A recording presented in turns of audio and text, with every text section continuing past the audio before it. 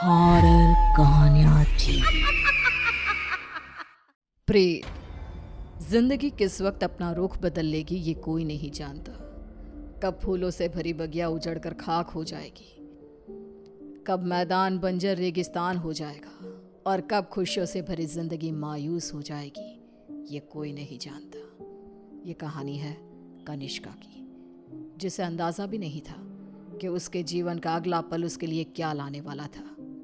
एक ऐसा अंधेरा जो हमेशा के लिए उसकी खुशियों को खा जाने वाला था। मम्मा, तुम कब से तैयार हो रही हो और कितनी देर? जल्दी चलो ना, हम लेट हो जाएंगी।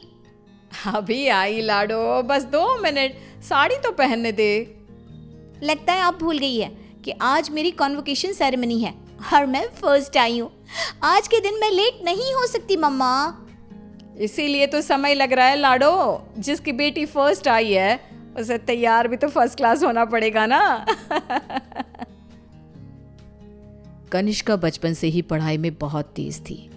हमेशा फर्स्ट आना, एक्स्ट्रा करिकुलर एक्टिविटीज में पार्टिसिपेट करना और अपने घर वालों का नाम रोशन करना, ये सब उसके लिए आम था। हड़बड़ाते हुए अपनी मम्मी और पापा के साथ कनिष्का अपने कॉन्वोकेशन में चली जाती है। I must say, Mr. and Mrs. Verma, you are very lucky जो आपके घर इतनी होनहार बच्ची पैदा हुई, वरना इस उम्र में तो अक्सर लड़के और लड़कियां भटक जाते हैं। पर कनिष्का दिन रात अपनी पढ़ाई में लगी रही और आज उसने हमारे कॉलेज का नाम पूरे स्टेट में रोशन किया है। स्टेज पर जाकर कनिष्का अपनी डिग्री लेती है। उसके लिए आज का दिन बेहद खुशी का था और वो इस पल को हमेशा के लिए कैद कर लेना चाहती थी। चारों तरफ खुशी का माहौल था।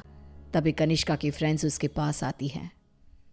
कनिष्का, इस बार तो हमें पार्टी चाहिए। हर बार तू बचकर निकल जाती है। अरे कौन सी मेरी जॉब लग गई है, इतनी भी बड़ी बात नहीं हुई है। अब बस लंदन यूनिवर्सिटी में मेरा एडमिशन हो जाए, तब पार्टी पक्की। तुम लोग कनिष्का की बातें तो रहने ही दो, मैं दूंगी पार्टी। आफ्टर ऑल कॉलेज की डिग्री मिल गई है मेरी बच्ची को। She is a graduate now. तो आज रात को मेरे घर पर पार्टी रहेगी, तुम सभी को आना है। रात को सभी पार्टी में आते हैं। सभी बच्चे नाच कूद रहे होते हैं। तभी कनिष्का खिड़की पर जाकर बाहर देखती है, जहां सामने के घर की छत पर बैठी एक औरत उसे लगातार घूरे जा रही थी। ये मिस्टर शाह के घर में ये औरत कौन है? वो तो अकेले रहते हैं। तभी वहां कनिष्का की फ्रेंड आ जाती है।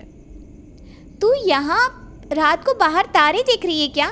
चल ना, सब कितना एंजॉय कर रहे हैं। कनिष्का नेहा के साथ चली तो जाती है, पर उसे बहुत अजीब महसूस होने लगता है, मानो कोई सदियों पुराना दुख उसकी आत्मा को याद आ गया हो।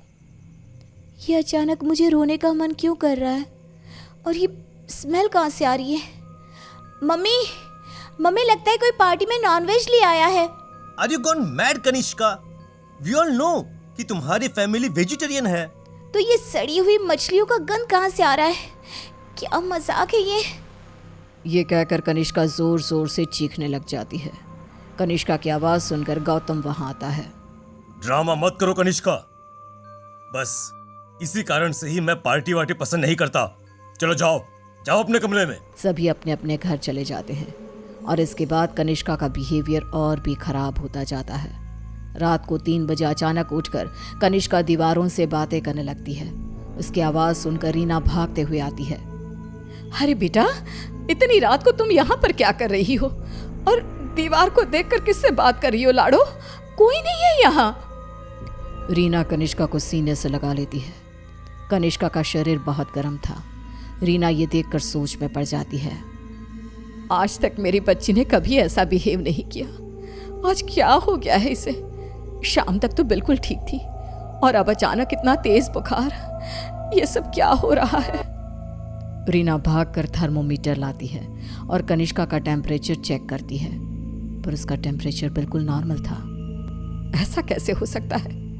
ये सब क्या हो रहा है? अचानक मेरी बेटी को किसकी नजर लग गई? रीना अपनी बेटी के साथ ही सो जाती है और अगली सुबह डॉक्टर को बुलाती है, पर डॉक्टर के टेस्ट के बाद भी सब कुछ नॉर्मल ही निकलता है। अब ये क्या नया लफड़ा आ गया है? एक और नया खर्चा। ये क्या कह रहे हैं आप?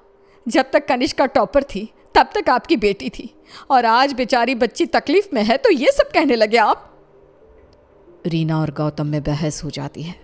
गुस्से में गौतम घर से बाहर निकलता है, जहां उसे पता चलता है कि मिस्टर शाह अब नहीं रहे। वो घर आकर कनिष्का के पास बैठी रीना को इस बात की खबर देते हैं, जिसे सुनते ही अब तक सोई कनिष्का अचानक मुस्कुराने लगती है और भागती हुई अपनी अलमारी खोलती है और सारे सामान को बाहर बिखेर देती है। क्या ढूंढ रही है बेटा, मुझे बता लाडो। इतने में कनिष्का के हाथ कैंची लग जाती है, जिसे लेकर वो अपने सर के सारे बाल काटने लगती है। मिल गया मम्मा, मिल गया। ये क्या किया तूने? अरे क्या हुआ है लाडो तुझे? मुझे बता। तूने कल से कुछ खाया भी नहीं। कुछ खा ले बेटा, कमजोर हो जाएगी।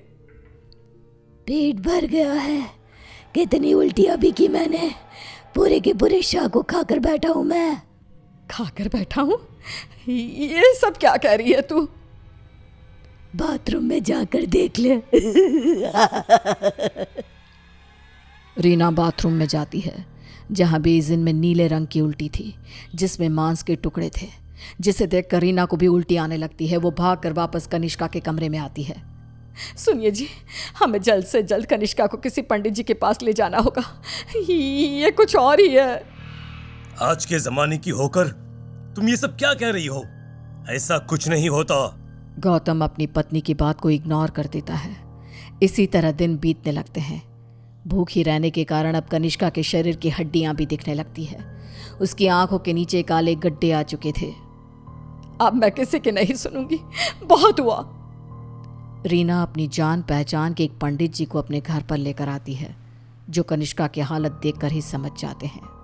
बच्ची की हालत बहुत खराब है, इसे मैं नहीं संभाल पाऊंगा। ये मेरे गुरुजी ही कर सकते हैं, जो कुछ ही दिन पहले साधना के लिए हिमालय जा चुके हैं। रीना हर तरफ हाथ पैर मारती है कि कहीं कोई रास्ता दिख जाए। फिर उसे घोस्ट कैचर के बारे में पता चलता है। डूबते को तिनकी का सहारा समझ रीना उनकी टीम को भी अपने घर पर बुला लेती है, और वो लोग कनिष्का से पूछताछ शुरू कर देते हैं। क्या आई हो तुम और कौन हो? कितनों के नाम बताऊं? मतलब तुम एक से ज्यादा हो। एक से ज्यादा हो इस लड़की के शरीर में। बताओ बताओ कितने हो? हम 42 प्रेत हैं। कनिष्का की बात सुन वहां मौजूद सब लोग हैरान रह जाते हैं। उसके शरीर में बसे इन प्रेतों को निकालना अब किसी के बस में नहीं रह गया था। उसी शाम कनिष्का की मृत्यु हो जाती है, जिसका सदमा रीना बर्दाश्त नहीं कर पाती और सब कुछ छोड़ अपनी बेटी के साथ हुए इस हादसे के पीछे की वजह का पता लगाने निकल पड़ती है।